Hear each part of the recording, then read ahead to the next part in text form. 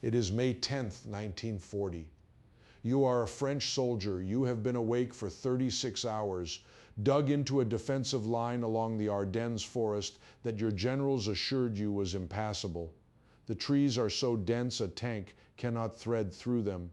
The ravines are too steep. The math simply does not work. So you sleep in shifts, you eat cold rations, and you wait for the real attack to come somewhere else, somewhere sensible. Then you hear it. Not a distant rumble, not artillery softening a line. A roar. Close. Getting closer. You climb out of your foxhole at 5:30 in the morning and you look east. And what you see does not make sense. German armor, hundreds of vehicles pouring out of a forest that was supposed to stop them. They have been driving for 3 days without meaningful rest. Their eyes are wide. Their hands do not shake. They do not slow down. They do not stop to eat. They barely stop at all. In 46 days, France will be occupied. In 46 days, one of the great military powers of Western Europe will be on its knees. Military historians will spend decades trying to explain how. They will talk about tactical genius. They will talk about French command failures. They will talk about the Maginot Line. Very few of them will talk about the little white pills. My name is Sergeant Major Frank Dahl. I served 22 years in the United States Army, and I'm going to tell you something today that most history classrooms will not. I keep house in Lancaster County, Pennsylvania, where my grandfather built this farm in 1934, and where I was raised to believe that honest work, honest talk, and honest history matter more than comfortable stories. My grandfather used to say that a half-truth is just a lie wearing better clothes. So today, I'm going to tell you the full truth about something that has been sitting in the footnotes of World War II history for too long. I'm going to be honest with you. This subject makes people uncomfortable because it asks us to look at a war we consider righteous. And it was righteous, and admit that the men who fought it were not running purely on courage and patriotism. They were running in very large numbers on chemistry. Both sides. And understanding that does not dishonor them, it honors them more, because it shows you just how broken and desperate and inhuman that war truly was. Some of you will be skeptical. You will say, Frank, this sounds like revisionism. This sounds like somebody trying to tear down the greatest generation. I want you to stay with me, because what I'm about to share comes from military archives, from pharmaceutical records, from the personal diary of a German army physician named Otto Ranke, from declassified British and American military medical reports, and from the work of historian Norman Ohler, whose research on this subject is meticulous and documented. This is not conspiracy. This is chemistry and history and the terrible things that happen when you combine them with ideology. Let us go back to where it started, not on a battlefield, in a pharmacy. In 1937, a Berlin-based pharmaceutical company called Temmler-Werke introduced a new product to the German civilian market. They called it Pervitin. It came in a small tin, like a mint tin, and each tablet contained 3 milligrams of methamphetamine. Today, that word methamphetamine carries enormous weight. It conjures images of addiction, of ruin, of the darkest corners of modern life. But in 1937, it was new. It was exciting. It was modern. The advertising copy for Pervitin did not whisper. It shouted. It promised energy. It promised clarity. It promised that the fog of daily exhaustion would lift. Soldiers of the Reich, housewives managing households, students cramming for examinations, they were all targeted. A Berlin chocolatier with the brand name Hildebrand even produced Pervitin-laced chocolates. They were marketed specifically to women. The tagline, loosely translated, promised that 2 or 3 of these chocolates would make household chores feel effortless and help a woman stay slim. Pause on that for a moment. Methamphetamine in chocolate, marketed to housewives, sold in pharmacies. In 1938, Germany produced approximately 35 million Pervitin tablets. That is not a misprint, 35 million tablets in a single year in a country of roughly 79 million people. It was as normal as aspirin. It was as available as coffee. And it was flooding through German society at the precise moment that German society was preparing for war. The man who first noticed the military implications was a German army physician named Otto Ranke. In 1939, Ranke ran a study on 90 college students, dosing them with Pervitin and measuring the results. What he found thrilled him and should have frightened him. The drug abolished fatigue, not reduced, abolished. It kept men awake, alert, and functional through a full night and into the following day.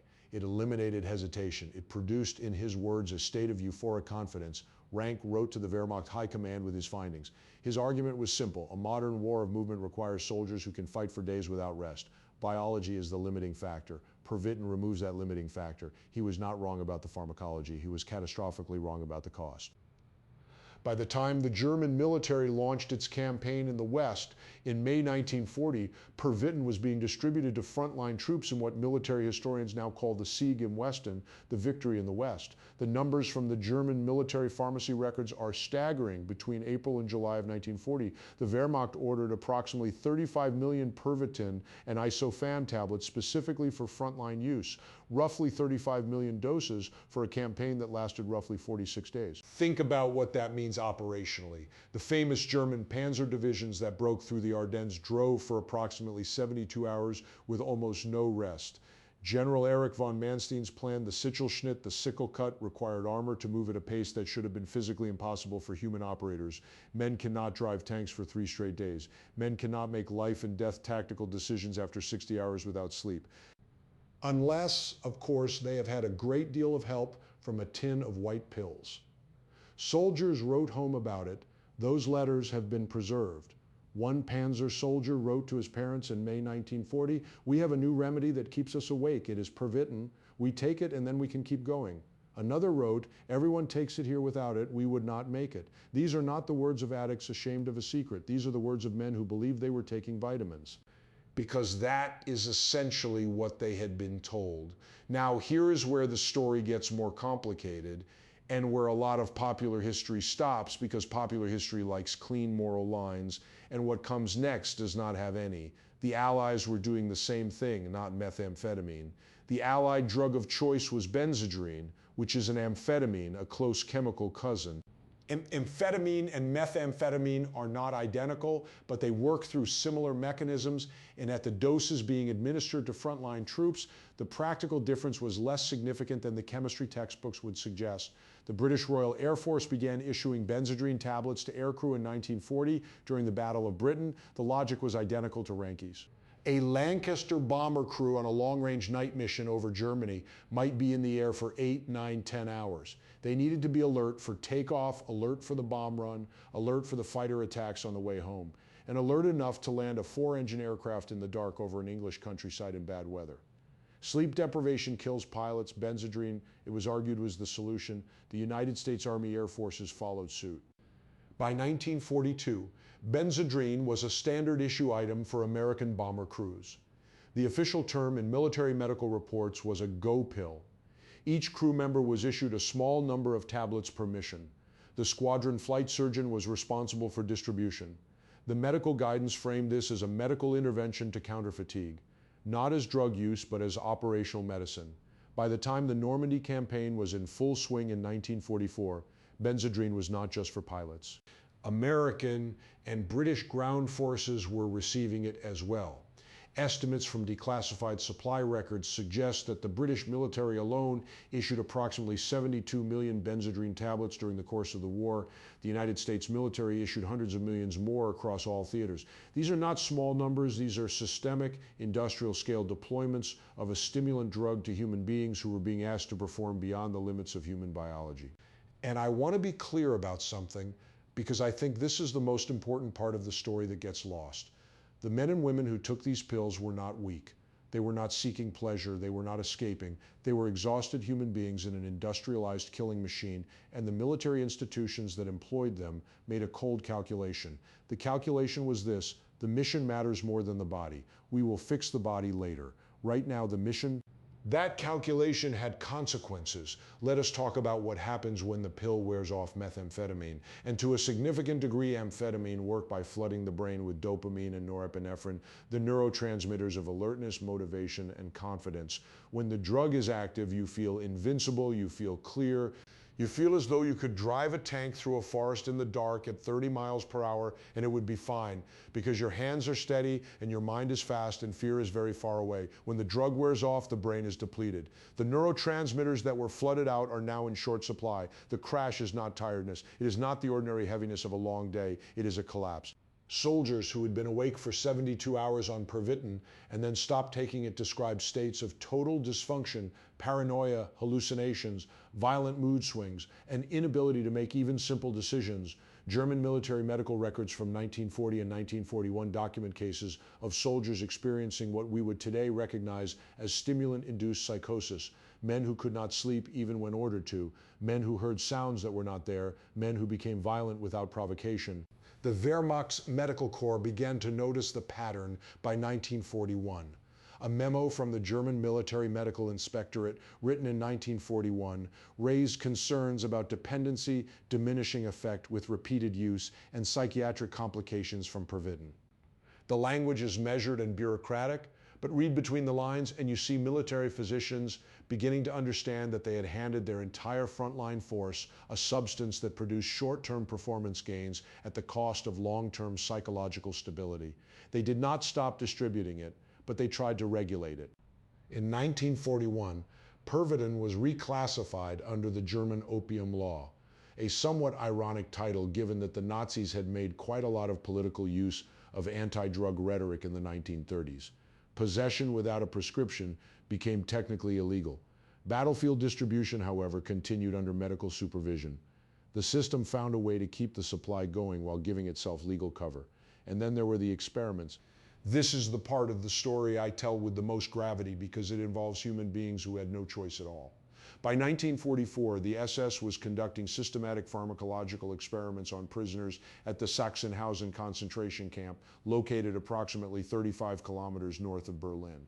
The stated purpose of these experiments, as documented in SS records recovered after the war, was to test the endurance limits of human beings under the influence of various stimulant compounds, including Pervitin, cocaine, and opioid preparations. The experimental design, if you can call it that, was to force prisoners to walk on a specially constructed track for as long as 90 hours continuously without sleep while dosed with various chemical combinations. SS physicians recorded the results. The prisoners who survived these experiments were subjected to further experiments or sent to the gas chambers. Those who collapsed before the SS physicians considered the data complete were typically killed on the track or immediately afterward. I'm not going to soften this. What happened at Sachsenhausen was the logical endpoint of a philosophy that had been building throughout the 1930s, the philosophy that certain human beings were not persons but resources. The same philosophy that sent young German soldiers into France on methamphetamine extended its logic in its most monstrous form to the people those soldiers had been taught to hate. The bodies of the occupied and the condemned became test equipment for the same chemistry that fueled the Blitzkrieg. Nuremberg prosecuted some of the physicians involved in these experiments. The verdicts are part of the historical record. The Nuremberg Code that emerged from those trials, the foundational document of modern medical ethics regarding human experimentation, exists in part because of what was done at Sachsenhausen and at other camps. That code, with its insistence on voluntary informed consent, is the direct legacy of these experiments. Now let us talk about the man at the top. Adolf Hitler's personal medical history has been a subject of serious historical investigation for decades. The most comprehensive work on it remains the research of physicians and historians who have examined the records of his personal physician, Dr. Theodor Morell. Morell was not a respected figure in German medical circles. He was considered something of a quack by several of Hitler's own inner circle, including Heinrich Himmler, who privately called him the Reich injection master. But Hitler trusted him completely because Morell made Hitler feel better. Beginning around 1941 and accelerating through 1943 and 1944, Morell's injection regimen for Hitler became staggeringly complex. Morell's own diaries and prescription records, which survived the war and have been analyzed by multiple historians, document a rotating menu of injections and oral medications that included vitamins, hormones, cocaine eye drops, barbiturates for sleep, stimulants to counteract the barbiturates, and this is the part that is well documented but under-discussed: intravenous methamphetamine. By 1943, according to Morell's diary entries, Hitler was receiving intravenous stimulant injections multiple times per day. The physical symptoms recorded by Morell and observed by Hitler's staff in this period are consistent with severe stimulant dependency, extreme mood swings, tremors in the left hand that worsened over time, paranoid ideation, catastrophically poor decision-making, and periods of almost manic overconfidence alternating with total withdrawal and depression. Historian Norman Ohler's work, Blitz Drugs in the Third Reich, published in German in 2015 and translated into English in 2017, documents this in careful detail using Morell's own records. Ohler is careful to argue, and I think he is right, that Hitler was Hitler before the drugs. The ideology, the hatred, the willingness to murder millions, none of that came from a syringe. But the decision-making in the final years of the war, the refusal to allow retreats, the delusional optimism about non-existent divisions, the inability to process honest assessments from his generals, these were the decisions of a man whose brain chemistry had been profoundly and irreversibly altered by years of stimulant abuse. The generals knew something was wrong. Albert Speer, Hitler's architect and armaments minister, wrote in his post-war memoirs about Hitler's deterioration between 1943 and 1945. Speer did not identify drugs as the cause. He may not have known the full picture, but he described a man who had become inaccessible to reason, who flew into rages when presented with accurate casualty figures, and who made strategic decisions that seemed to exist in a reality that did not correspond to the battlefield maps.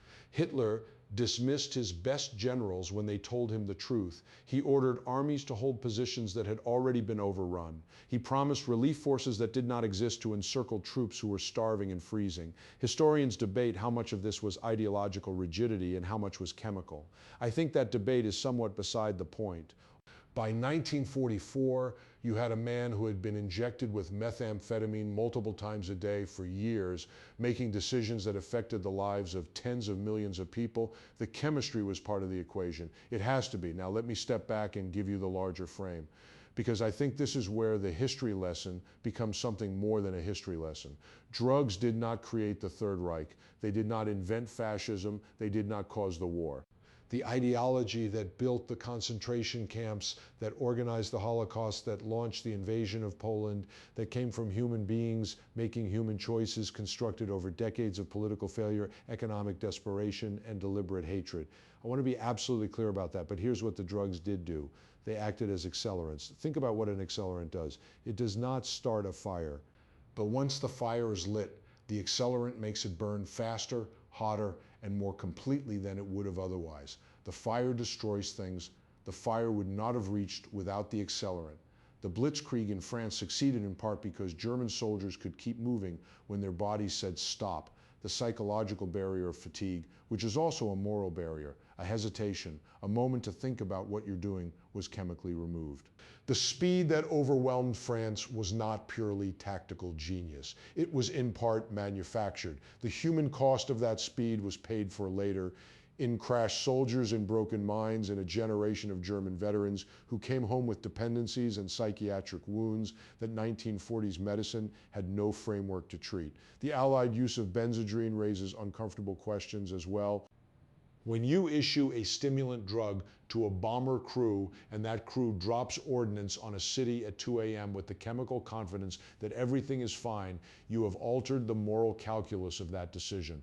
I'm not saying the bombing campaigns were unjust. That is a separate and complex historical debate. I'm saying that when you chemically remove hesitation from human beings, you change what they are capable of doing, and you change how they feel about doing it. In both directions, the lesson I take from this history, and I have been sitting with it for a long time since I first read the German pharmacy records years ago, is that the relationship between human beings and the machines and systems they serve becomes extraordinarily dangerous when the limiting factors of human biology are treated as engineering problems to be solved rather than as protections to be respected. Fatigue is not just a weakness. Fatigue is a signal. Fear is not just an obstacle. Fear is information. The exhausted soldier who hesitates before crossing an open field may be saving his own life and the lives of the men behind him. The bomber pilot who feels the weight of what he is about to do is a more complete human being than the same pilot who feels nothing but chemical clarity. When you take that away, when you hand a man a pill and tell him that doubt and exhaustion are the enemy, you are doing something to him that he may never fully recover from. The German veterans who survived the war and came home from the Eastern Front carried something with them that we do not talk about enough. The high rates of psychiatric breakdown, the violence, the inability to reintegrate, These are documented in post-war German social records. The same pattern appears in the research on Allied veterans who used benzodrine extensively. The come down was not just physical, it was existential. Men who had performed extraordinary acts under chemical influence had to make sense of those acts in a world without the chemistry. That process broke a great many of them. I want to close with something that has stayed with me since I first began studying this chapter of history seriously. In the archives, there is a letter written by a young German soldier named Heinrich B.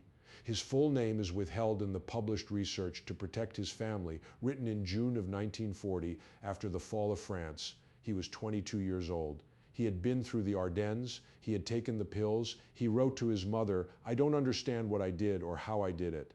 It is as though someone else was driving my body and I was watching from somewhere nearby. I am glad it is over. I do not feel like myself." He was right, he was not himself. He had been, for those 72 hours, a chemically optimized instrument of a military machine. The young man who loved his mother and wrote her letters had been temporarily set aside so that a more efficient version of him could push armor through a forest. That efficiency cost France its freedom for 4 years. It cost Europe tens of millions of lives. And it cost Heinrich B. and hundreds of thousands like him something he could not name in a letter but could feel in his chest every morning when the pills were gone and the war was won and he was just a boy again sitting in the rubble wondering what he had done. That is the history they don't put in the textbooks, not because it is secret. The documents are there, the pharmacy records are there, Morell's diaries are there, the Nuremberg trial transcripts are there. They don't put it in the textbooks because it is complicated, because it asks us to hold two things at once: the courage of the men who fought and the machinery that used them. I think we can hold both. I think we owe it to them to try. Now I have a question for you. Actually, I have a few, and I genuinely want to know what you think. The first, knowing what you know now about pervitin and benzodrine, does it change how you think about the Blitzkrieg? Does it change the nature of what we call military genius? The second, the Allied use of benzodrine is far less discussed than the German use of pervitin. Why do you think that is? Is it history or is it the story we prefer to tell? And the third, this one is the hard one. If you had been a 19-year-old soldier in 1940 and your sergeant handed you a pill and told you it would keep you alive and help your unit survive, and everyone around you was taking it, what would you have done? Leave your answer in the comments. I read them, I mean that. Your homework before next time, find the Nuremberg Code. It is not long. Read it. It takes about 10 minutes. And as you read it, think about the Sachsenhausen experiments and think about the distance between 1939 and the document that exists because of 1939. History is not just the past. It is the reason for the rules we live by now. Next time, we are going into something that connects directly to this story. The decisions made at the highest levels of military command about what soldiers are told, what soldiers are given, and what happens to the ones who come home changed. The connection between this chapter and the next one is going to surprise you. I promise you that. I'm Sergeant Major Frank Dawson. The truth is worth the discomfort. I will see you next time.